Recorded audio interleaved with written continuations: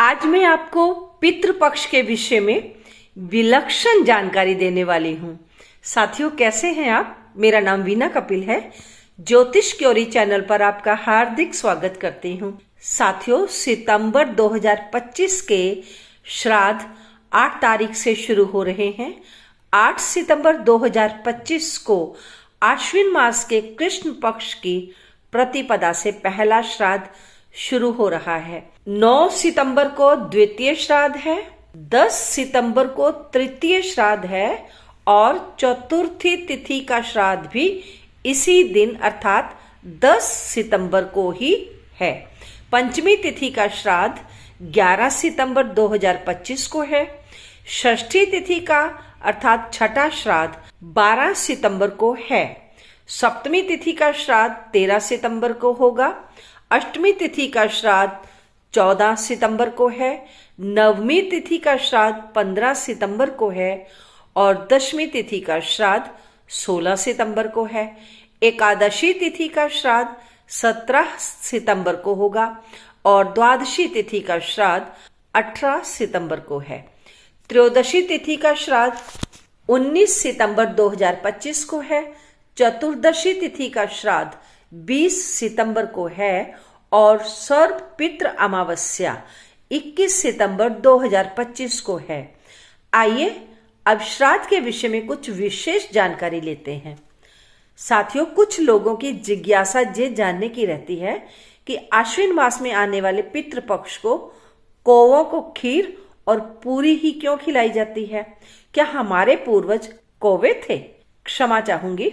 सनातन धर्म एक वैज्ञानिक धर्म है। हमारे पूर्वज व्यवस्था को समझते थे। जब से 4 युगों की स्थापना हुई है, तब से काक भुसुंडी अर्थात कौवे इस धरती पर हैं। कौवे को अनंत काल सतयुग, त्रेता युग, द्वापर युग और कल युग में रहने का वरदान है। काक भुसुंडी हर युग में रहने वाले हैं। ये प्राणी टाइम और स्पेस को क्रॉस करने वाले हैं, युगों को क्रॉस करने वाले हैं। वैसे तो हमारे पितृ हमारे डीएनए के अंदर ही होते हैं। हमारी पीड़ा, हमारी बीमारी का जुड़ाव हमारे पितरों से कहीं ना कहीं होता है। आपको ये तो पता है कि इंसान को जीने के लिए ऑक्सीजन की आवश्यकता है। साथियों, आपको पता होगा कि पीपल और बरगद के पेड़ ऑक्सीजन के एक बहुत बड़े भंडार हैं।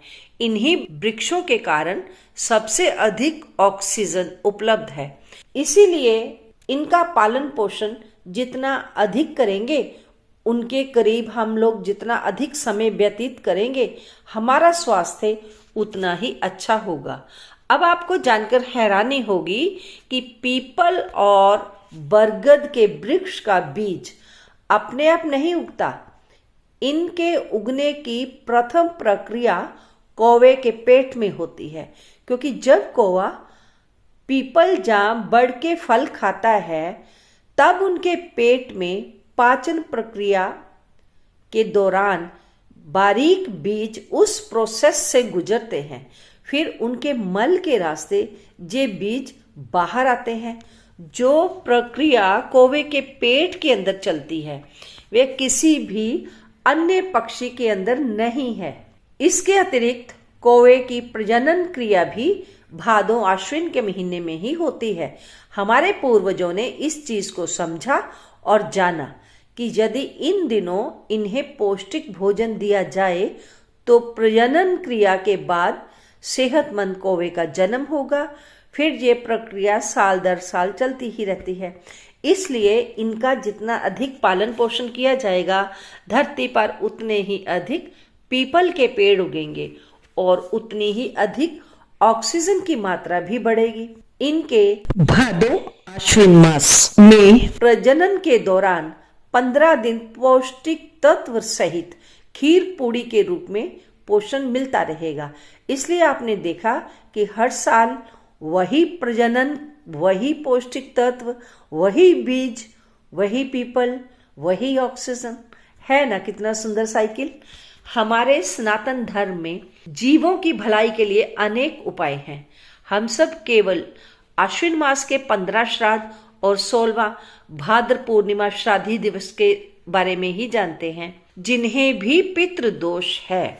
उपाय के तौर पर उनकी जानकारी के लिए बता दूं कि पितरों को याद करने और जीवों की भलाई के लिए दान पुण्य करने के लिए आपके पास तो अनेकों अवसर हैं। साल के 365 दिनों में से 96 दिन ऐसे हैं जिन्हें श्राद्ध के रूप में आप पूछ सकते हैं। अब हम जानेंगे कि श्राद्ध अनुष्ठान करने के अनुकूल कौन कौन सी तिथियां होती हैं।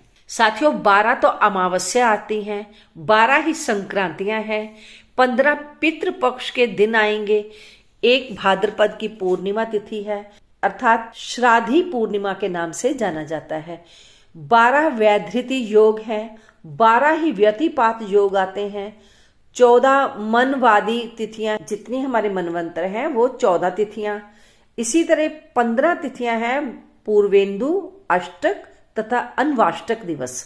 ये कुल मिलाकर 96 तिथियां बन गई। इनके अतिरिक्त भी अन्य कई दिन हैं जिन्हें आप श्राद्ध अनुष्ठान करने के लिए उपयुक्त मान सकते हैं, जैसे 7 कल्प आदि तिथियां हैं।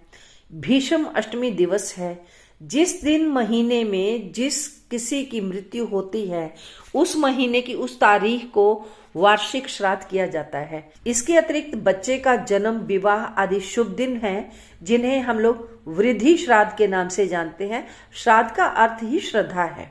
घर में जब मंगल कार्य होता है तो पितरों को श्रद्धा पूर्वक याद करके घर की वृद्धि के लिए किए जाने वाले दान पुण्य भी पितरों के निमित्त होने से पितृ प्रसन्न होते हैं तथा वह विशेष दिन जिस दिन किसी के पास आश्राद्ध करने के लिए पर्याप्त सामग्री है तो वह उस दिन भी अपने पितरों को याद करके उन्हें श्रद्धा सुमन समर्पित कर सकता है। इसके अतिरिक्त संपात का दिवस, गज छाया योग, साल भर में आने वाले सूर्य ग्रहण तथा चंद्र ग्रहण, इस समय भी पितरों के निमित्त दान पुण्य कर सकते हैं। इस तरह आप केवल 16 श्राद्ध ही नहीं, ना ही केवल 96 दिन ही, आपके पास तो 126 बार ऐसे मौके उपलब्ध हैं। अब आपकी इच्छा है कि आप केवल महालय अमावस्या पर ही श्राद्ध करें, या आप पितृपक्ष में केवल जिस तिथि पर आपके किसी पितृगण की मृत्यु हुई है उस तिथि पर ही उनका श्राद्ध कर रहे हैं, या फिर आप आगे पीछे इन 126 दिनों पर भी उनके निमित्त अपने श्रद्धा सुमन अर्पित कर रहे हैं। श्राद्ध को 5 हिस्सों में बांटा गया है। प्रथम है नित्य श्राद्ध। आपके घर में जो भी कुछ पकता है या जो कुछ भी आपके पास तिल फुल है, और हो सकता है उस दिन केवल आपके पास जल ही हो, तब भी आप हर रोज अपने पूर्वजों को याद करके उनके निमित्त तर्पण कर सकते हैं। दूसरी प्रकार का श्राद्ध है नैमित्तिक श्राद्ध। इसे एकोदिष्ट श्राद्ध या वार्षिक श्राद्ध भी कहा जाता है। ये श्राद्ध वर्ष में केवल एक बार किसी एक ऐसे व्यक्ति विशेष की मृत्यु वाली पुण्य तिथि को ही किया जाता है। अब तीसरे प्रकार का श्राद्ध का नाम है काम्य श्राद्ध। ये मनोकामनाओं की पूर्ति के लिए किए जाते हैं। जिन्हें अपनी कोई इच्छा पूर्ण करनी होती है वो ये वाला श्राद्ध कर सकते हैं। ये वाले श्राद्ध केवल रोहिणी या कृतिका नक्षत्र के अंतर्गत ही आते हैं। चौथी प्रकार के श्राद्ध को वृद्धि श्राद्ध कहते हैं। विवाह इत्यादि अवसर या पुत्र के जन्म का अवसर, ऐसे समय पर जब हम पूर्वजों का आशीर्वाद प्राप्त करने के लिए वृद्धि श्राद्ध करते हैं। वृद्धि श्राद्ध का ही दूसरा नाम साथियों नांदी श्राद्ध भी है। अब जानेंगे कि पंचम प्रकार का श्राद्ध किसे कहते हैं। पंचम प्रकार के श्राद्ध को पार्वन श्राद्ध कहते हैं। पितृ पक्ष पर आने वाले इन श्राद्धों को हम सब भली भांति जानते हैं। पितृ पक्ष अर्थात महालय पक्ष के समय तथा भाद्रपद पूर्णिमा जैसे विशेष अवसरों के समय किए जाने वाले श्राद्ध को ही पार्वन श्राद्ध के रूप में जाना जाता है। केवल पार्वन श्राद्ध के समय ही विश्व देव की स्थापना की जाती है, बाकी अन्य समय पर नहीं। हर प्रकार की विश्वसनीय जानकारी के लिए कृपया आप इस चैनल को सब्सक्राइब कर लें और हो सके तो इस वीडियो को लाइक और शेयर अवश्य कर दें। साथियों, विशेष ध्यान देने योग्य बात यह है कि जिन व्यक्तियों की मृत्यु अमावस्या तिथि पर हुई हो, या पूर्णिमा तिथि पर हुई हो, या फिर चतुर्दशी तिथि पर हुई हो, या जिनकी पुण्य तिथि का आपको पता ही ना हो, अथवा जिनकी अकाल मृत्यु हुई हो, उन सब का श्राद्ध आप अमावस्या तिथि पर कर सकते हैं।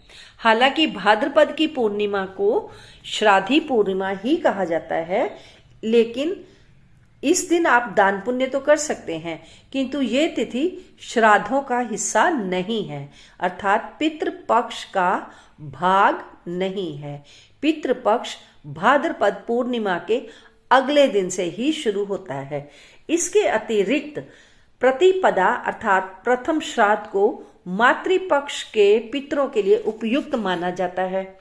इस दिन यदि ननिहाल में कोई श्राद्ध करने वाला है नहीं, तो नाना नानी के निमित्त प्रतिपदा तिथि को ये श्राद्ध किया जा सकता है।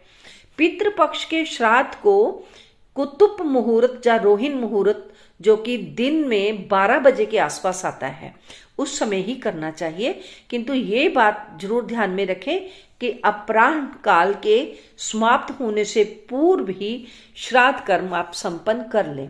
आपने वीडियो को पूरा देखा, उसके लिए आपका बहुत बहुत धन्यवाद। जल्द ही मिलती हूँ एक नई जानकारी के साथ। तब तक आप अपना ध्यान रखें, स्वस्थ रहें, मस्त रहें, खूब खुश रहें। ओम नमः शिवाय।